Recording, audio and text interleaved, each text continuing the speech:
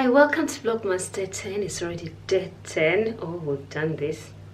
It's already day 10, 15 days to Christmas, which is very exciting. I'm happy to take you with me today. A lot that's planned out. I'll need to complete that poof today, no other day, but today, because I need to stuff it up and put it in my living room. And I'm going to show you how I get along to feeding my cakes, and I'll take you along as I go. But my day also has some school, home learning and supervision. And I'll show you what I'm wearing. And today I'm wearing the Tilly and the Buttons Cocoa dress. You need to see it, what it looks like. It has a funnel neck. And it's another animal print. I think this is the third I'm showing you an animal print fabric. And this is a Ponte di Roma fabric. And I think I made it 2 years ago. But it comes to the rescue once the weather gets cold, and it's a beautiful dress to wear, really. It comes right above my knees, and because I lengthened it, I tend to lengthen most of the dresses. I just find them they're a bit short, they're drafted to be short, so I lengthen them to get to just above my knees. That's how I love to wear my dresses. Let me take you along with me today. Bye.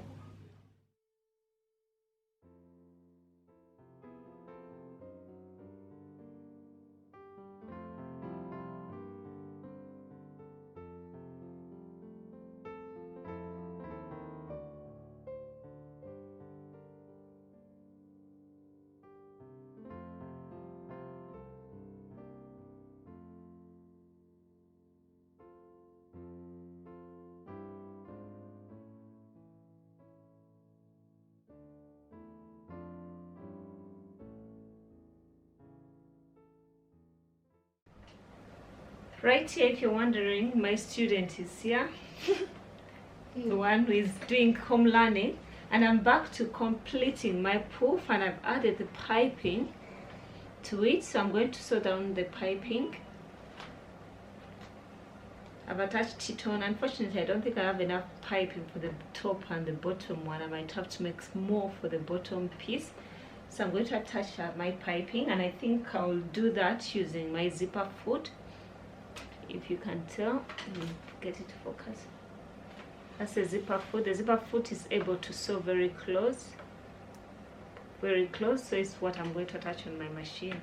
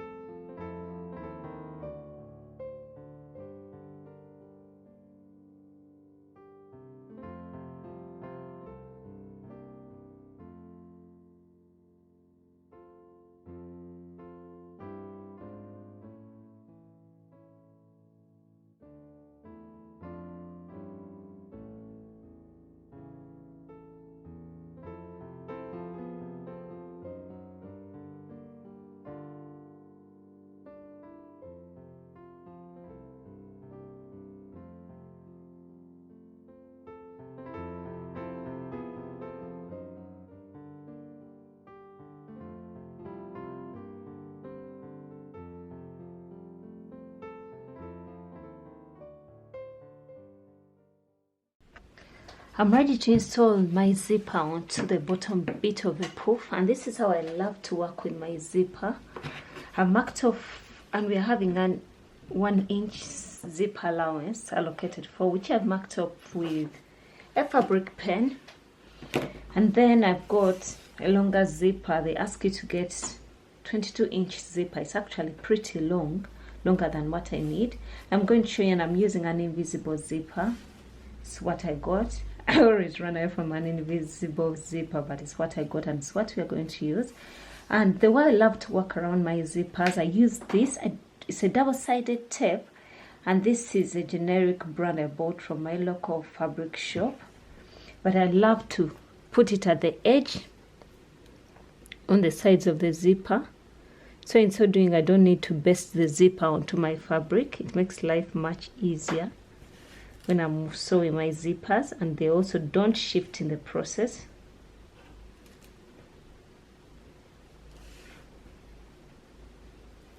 I think this will be pretty much. The zipper is much longer than what I need. I'll have to cut it off, and I've marked off where the seam allowance stops, so I have to allocate for that so I don't sew past that point. More so at the top where the zipper has some metal pieces, so I don't want to break my needle. So I stick, it's double-sided, but if I stick one side, then remove the sticky bit.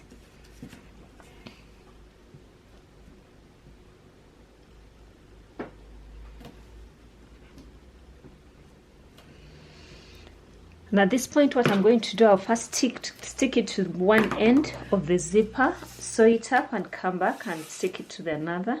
You could go ahead and iron your zipper open, but I'm going to skip that part. After all, it's not a cloth that has to be extremely neat. But I try to remove the tape, open it up so I can align them together. Sometimes I use a pin to try and ease it out.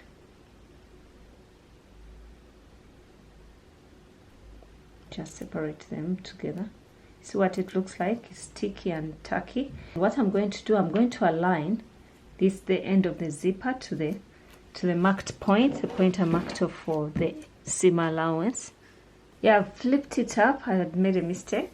I'm going to make sure that I align the zipper to the line, to the marked up line. I make sure the teeth line up to the marked line, and also the metal piece comes off at the seam allowance marked point. So I'm sticking it on, aligning the teeth to the line I've marked off up to the seam allowance I marked off here, and it helps actually that the zipper is long, so the zip, it won't be in the way as I sew.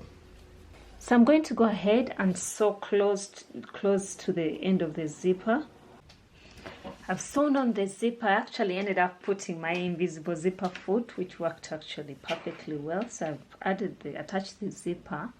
Oh, I forgot to finish the seams here, but the good thing, the seam allowance is quite big. I'll go ahead and finish the seam. But in the process, I'm going to also attach the second piece, sew it together. Then I'll be able to sew my poof closed. And the important thing to remember is that we marked off the seam allowances, so it's good to align both at both sides. We shall have to do that. Probably we might do with opening it or not. I think we could first leave it closed. With that, we get to align all the pieces together. Shall try to align them from the very top here and make sure that they line up, that by the time we sew the zipper on, everything aligns on properly.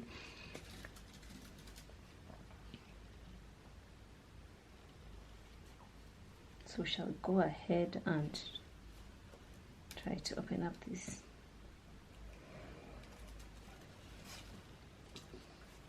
So we are going to align it up. We are making sure that these markings you put here line up at both sides. Both sides. You could actually manually try to fix it.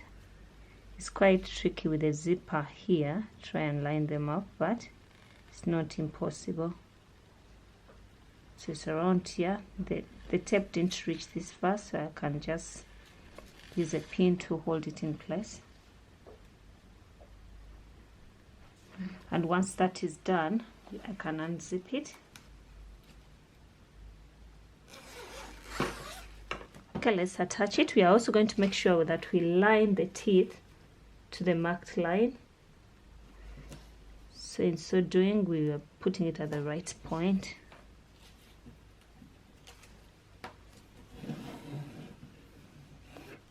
That's how I've managed to sew up invisible zippers without pain and crying. This tape comes to my rescue. I'll try to see. I know I've heard of the double-sided tape. I don't know which brand that is, the common one, but I found this at my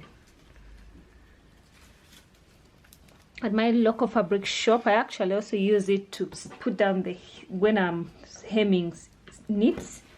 It helps me so much that I attach it to the hems, then I use my cover stitch machine, because I wouldn't be able to use my cover stitch machine over pins. So this makes it much easier for me. So I'm going to go ahead still with the same stitch. I think I'll take it to my machine and show you how I get along with sewing this bit. Okay, let me take you to my machine and I show you how I try to use an invisible foot. We are now ready to sew this other side of the zipper, and the best way I love to position it is the normal way of positioning it. It's not anything, that's mine. Hope it's clear, but there are two ridges here. It's under there that you insert your zipper. That's what we are going to do to sew it down. And it helps that we don't have pins in the way. So what I'm going to do, I'm going to lift up my zipper. That's when it helps to have what? To have ironed it open. But if you didn't still, I'm trying to squeeze it. If you can tell the ridges, I'm trying to open the zipper and hold it underneath the ridges. And I gently lower the foot. So if you can tell, the zipper is caught up here.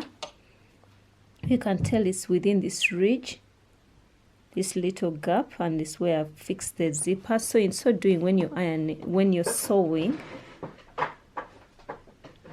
the zipper is caught up in between that ridge. Is it a ridge? That's what I've called it.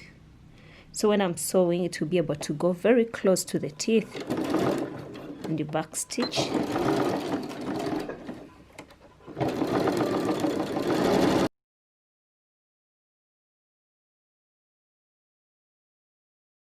Coming to the end, and it helps that we had that tape holding the zipper down, so we didn't have to play around with pins. We are coming to the very end. Voila, and we finished. We've managed to install our zipper. Here we go, we've got an invisible zipper. Pretty much invisible, not as much, but yay. It's just the poof, not a dress. So I'm going to iron it flat. Then I'll shorten I'll cut the zip at that point and finish it up. And over here, I don't need to do anything because I left enough seam allowance. Pretty much, I came close to the seam allowance. I should have left a little bit, so probably I'll have to cater for it here. And I'm going to go ahead, finish the edges with an overlock. Unfortunately, it will be white thread because I can't change thread for this. Then I'll go ahead and attach the side seams of the poof to both the top. Oh, before I do that, I'm going to also attach piping to the bottom one, as I attached piping on the top one. If you can tell, this is the pipings attached. And I'm also going to finish the edges of this before inserting the side piece to both, attaching the side piece to both pieces. So I'll finish the edges. Then I insert them, then my poof will be done. Then I'll get round to inserting all my scrap pieces in it. And I think I've got some old pillows I've replaced recently. I'll also put them in. I understand a few people have had to pick up a number of things, like old duvet covers from charity shops, old duvets, not covers, from charity shops to put inside, and also some found that scraps of fabric made it so heavy and non-flexible, it wasn't giving it the nice shape they wanted. So I thought pillows would come in handy because it will be able to give it stability, but also the scraps give it the body it needs. So let me see how I get along with that. I'm back from school run and I've decided to finish up this thing in the evening. So I've added piping to the bottom bit, and this is where we inserted our zipper. This will be the bottom. That's why it has an interesting color, because it will hardly be visible to the top. And I decided to spice it up, really add something different. So I'm going to go ahead and finish all the seams around here with my overlocker, the seams around. But also, since I've finished the seams of both the top and the back piece, I will also go ahead and finish the top seams of, this is the round bit of the poof, the side bit. So I'm going to also finish up all the seams. Then pretty much after that, I will close it all up. Then I'll have my poof ready. I'll show you how I get around to stuffing it. I'm super excited, and I know the kids will be jumping on it as soon as I finish up with it. Okay, let me finish up the seams.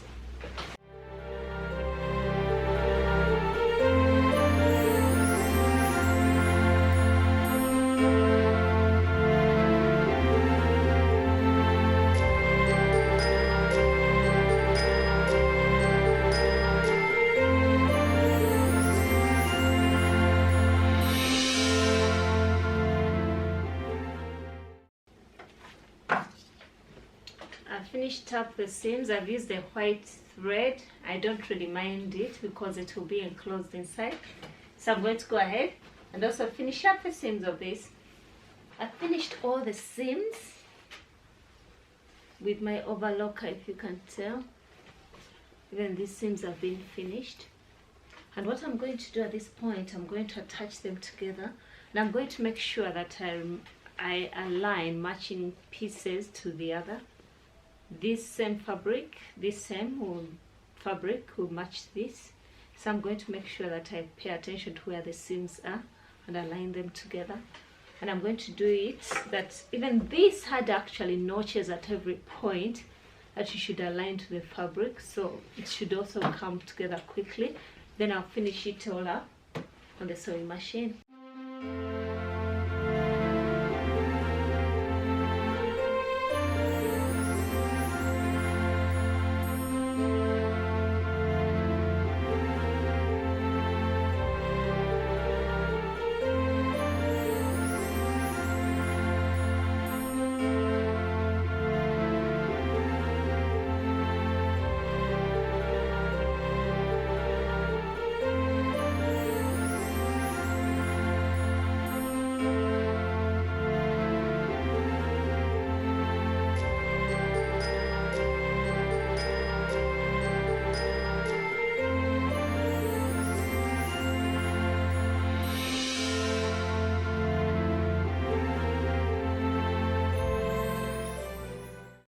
I'm going to go ahead and attach this, the bottom bit. I finished with the inside, with the top bit, so I'm going to attach the bottom piece of the poof.